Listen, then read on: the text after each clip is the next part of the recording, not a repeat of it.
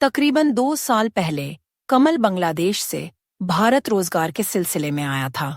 भारत आकर किराए का कमरा लेने में ज्यादा दिक्कत तो नहीं आई, पर फिर भी कुछ मकान मालिकों ने आधार कार्ड की मांग की थी।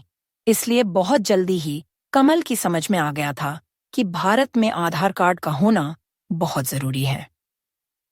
कमल के एक दूसरे बांग्लादेशी साथी इरफान ने उसकी मदद की और सायन इलाके में उसे किराए पर एक कमरा दिला दिया और उसे बताया कि उसे अपना फर्जी आधार कार्ड बनवाना पड़ेगा,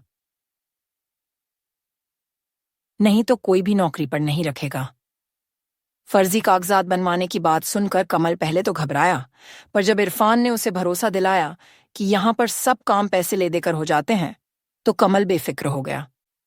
5,000 रुपए खर्च करके कमल के हाथ में आधार कार्ड आ गया था और अब वह भारत का निवासी बन चुका था। आधार कार्ड बनने के बाद इरफान ने कमल की फीनिक्स नाम की ई-कॉम कंपनी में डिलीवरी बॉय की नौकरी लगवा दी। काम तो काफी भागदौड़ और मेहनत वाला था, मगर कमल महीने के तकरीबन 20,000 रुपए तक कमा लेता था। इन 20,000 रुपयों में से 15,000 रुपए कमल अपनी मां को भेजता था, जो अब भी बांग्लादेश के नाटो नामक एक गांव में रहती थी, जो चिटगांव से तकरीबन 200 किलोमीटर की दूरी पर था। कमल की मां के साथ उसका एक छोटा भाई भी था। अपने भाई और मां की चिंता कमल को सताती रहती थी और इसीलिए वह खूब मेहनत करके और ज्यादा पैसे कमाना चाहता था। इसलिए कभी कभी मेहनत भरी जिंदगी के बजाय कमल कोई ऐसा काम करना चाहता था जिससे एक झटके में ढेर सारे पैसे कमाए जा सकें। कमल सोचता था कि एक डिलीवरी बॉय बनने के बजाय वह एक चोर बन जाता तो कितना अच्छा होता। किसी सेठ के यहाँ एक ही झटके में ढेर सारा माल उड़ाकर खूब ऐश कर सकता था। पर मां की नसीहतें तो उसे एक अच्छा आदमी बनने को कहती थीं। इसीलिए उसने भारत आकर नौकरी की, ताकि ज्यादा से ज्यादा पैसे कमाकर घर भेज सके। आज कमल के पास कुछ ज्यादा ही डिलीवरी करने का सामान था, इसलिए वह ठीक सुबह 7 बजे ही अपने कमरे से निकल लिया था। तय पते पर लोगों को फोन करके उन्हें पैकेट डिलीवर करता और थैंक यू कहने के बाद एक मुस्कुराहट के बाद अगले पते के लिए रवाना हो जाता। कमल एक तिमंजिला और बेहद खूबसूरत मकान के सामने रुका। अपने कंधे पर लदे हुए बड़े से बैग से एक पैकेट निकाला और दिए गए नंबर पर फोन किया। उधर से किसी लड़की की आवाज उभरी तो कमल और भी तमीज से बात करने लगा। जी मैडम, मैं फीनिक्स ई-कॉम से डिलीवरी करने आया हूं। आपका कुरियर है, प्लीज इसे ले लीजिए। तकरीबन 3 मिनट के बाद अंदर के कमरे का दरवाजा खुला और एक 25 साल की लंबी पतली सी लड़की आती हुई दिखाई दी। उसका रंग गोरा था और बलखाती पतली कमर। आसमानी रंग की साड़ी को काफी कसकर बांधा था, जिसके चलते उस लड़की की गहरी नाभि और भी गहरी दिख रही थी, जो उसे काफी सेक्सी बना रही थी। उस लड़की ने एक स्लीवलेस ब्लाउज पहना हुआ था, जिसके अंदर से उसका ब्रा भी दिख रहा था, जो उसकी खूबसूरती को और ज्यादा बढ़ा रहा था। कुरियर किसी सुचेता कपूर के नाम से था, इसलिए कमल ने सोचा कि यही सुचेता कपूर होगी। इसलिए उसने चुपचाप पैकेट उस लड़की के हाथ में दे दिया और मोबाइल फोन पर आया ओटीपी उस लड़की ने बता दिया। कमल ने थैंक्स कहकर बाइक आगे बढ़ा दी। कमल काफी देर तक उस खूबसूरत लड़की और उसके गदराए जिस्म और उनके उतार चढ़ाव के बारे में सोचता रहा। पूरा दिन खत्म होने को आया था और अब जाकर कमल का काम भी निबट चुका था। उसने पान की एक दुकान पर अपनी बाइक रोकी, अपनी पसंदीदा ब्रांड की सिगरेट ली और कश लगाने लगा। सिगरेट पीने के बाद कमल अपने कमरे की ओर चला। मोहल्ले के नुक्कड़ पर पहुंचते ही उसकी आंखें रोड के किनारे खड़ी एक लड़की पर पड़ी। यह तो वही खूबसूरत लड़की थी जिसके मकान पर जाकर कमल ने डिलीवरी की थी, इसलिए कमल ने अपनी बाइक रोक दी। अरे सुचेता जी, आप यहाँ? आप इस इलाके में क्या कर रही हैं? उस लड़की ने कमल की बात पर जब कोई ध्यान नहीं दिया, तो कमल ने अपनी आवाज ऊंची करते हुए दोबारा अपनी बात दोहराई तो उस लड़की ने कमल की तरफ देखा।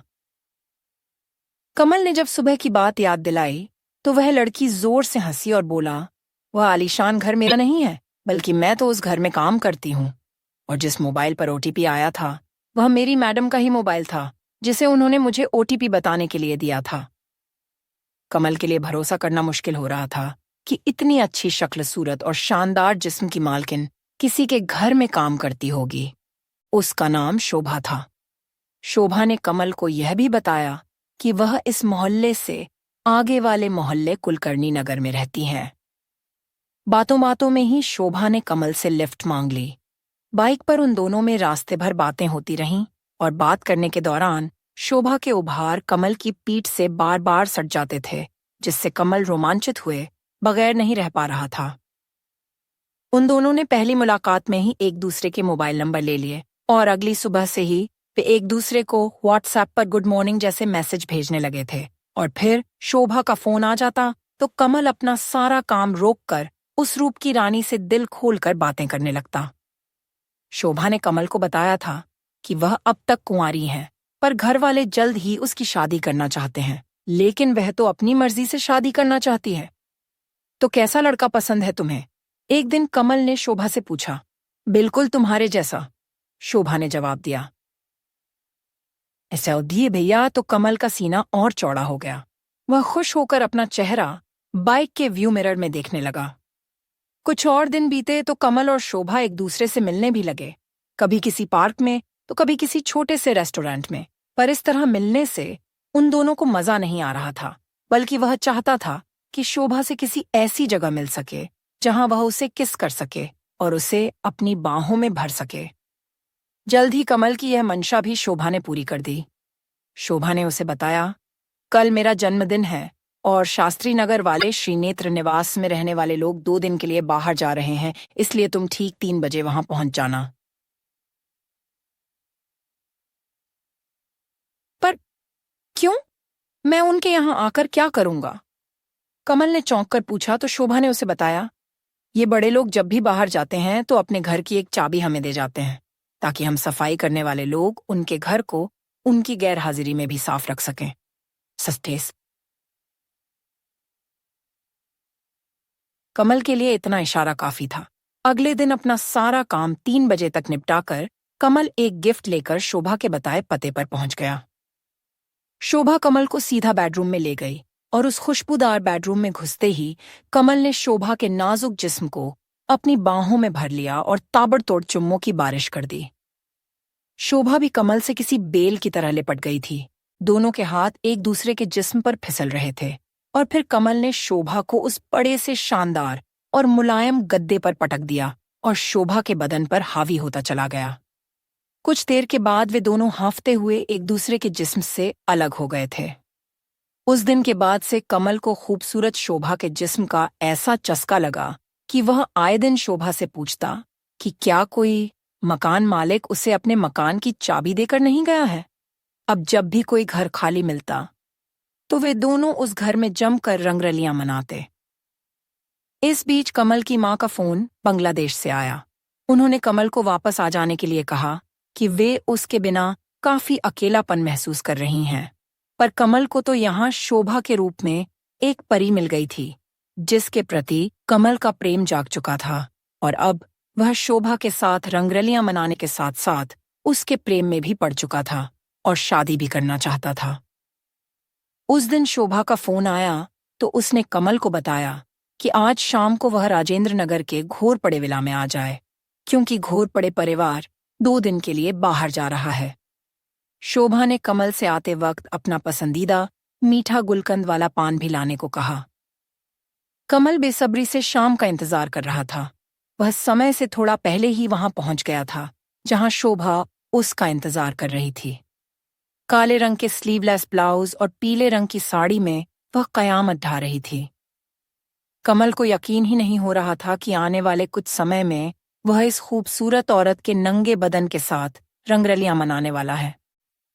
शोभा के साथ कमल भी अंदर जाने लगा तो सिक्योरिटी गार्ड के रोकने पर शोभा ने उसे नल ठीक करने वाला बताया और अपने साथ अंदर ले गई। हर बार की तरह वे दोनों बेडरूम में पहुंच गए और एक दूसरे से लिपट गए। होंठों को चूमने का सिलसिला जारी रहा और कमल के हाथ शोभा के चिकने बदन पर फिसलते रहे। कमल बेसब्र हुआ जा रहा था, पर शोभा आज आराम से सेक्स करने के मूड में थी, इसलिए वह बिस्तर पर लेट गई और उसने कमल से कहा कि वह म्यूजिक सिस्टम पर कोई अच्छा सा रूमानी गीत चला दे। कमल भी मुस्कुराता हुआ म्यूजिक सिस्टम की ओर बढ़ चला। अभी कमल म्यूजिक बजा पाता, इससे पहले ही घर के मेन दरवाजे पर कुछ चहल पहल सुनाई दी और 2-3 लोग इंटरलॉक खोलकर अंदर आ गए। वे लोग कोई और नहीं बल्कि घोरपड़े जोड़ा और उनका बेटा थे, जो शायद जाते समय कुछ सामान भूल गए थे।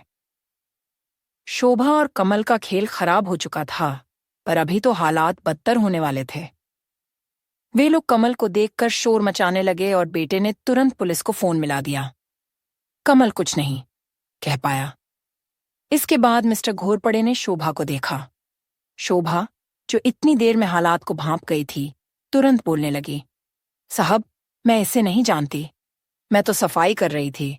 शायद यह चोरी करने के इरादे से आया था और मुझे अंदर अकेला देख मेरी इज्जत लूटने वाला था। तभी आप लोगों ने अचानक आकर मेरी इज्जत बचा ली। कमल हैरान था। भला शोभा उसे चोर क्यों बता रही है? अरे, मकान मालिक को वह साफ साफ बता देता कि उनकी गैरहाजिरी में थोड़ा यहां मिलने आ गया है। पर जैसे ही उसने कुछ कहना चाहा, तो शोभा का जोरदार चांटा कमल के गाल पर पड़ा। एक तो चोरी करता है, ऊपर से औरतों की इज्जत भी लूटता है। कमल कुछ कह पाता। इससे पहले पुलिस आ चुकी थी और कमल को घोरपड़े जोड़े के घर में चोरी करने के चलते गिरफ्तार कर लिया गया। पुलिस के साथ आए मीडिया वालों ने इस खबर को जमकर प्रसारित किया और कमल को पड़ोसी देश का जासूस तक बताया। घोरपड़े जोड़े ने लापरवाही का इल्जाम लगाते हुए अपने सिक्योरिटी गार्ड को नौकरी से निकाल दिया था। वह गार्ड हैरान था कि जिस आदमी को प्लम्बर बताकर शोभा अपने साथ अंदर ले गई थी, उसे भला चोर बताकर शोभा ने गिरफ्तार क्यों करा दिया। शायद इसी का नाम औरत का त्रिया चरित्र है। पर इस त्रिया चरित्र के चलते एक माँ का बेटा जेल में पहुंच गया था और उसकी माँ और छोटा भाई बांग्लादेश में अकेले रह गए थे, जिन्हें हर महीने पैसे भेजने वाला भी अब कोई नहीं था। पर शोभा अब भी घरों में काम करती है। घर के लोग अब भी बाहर जाते हैं और शोभा अब भी कमल जैसे भोले भाले नौजवानों को उन घरों में बुलाती है। और हाँ, वह अपने लिए गुलकंद वाला मीठा पान मंगाना कभी नहीं भूलती और न ही वह भूलती है अपना त्रिया चरित्र।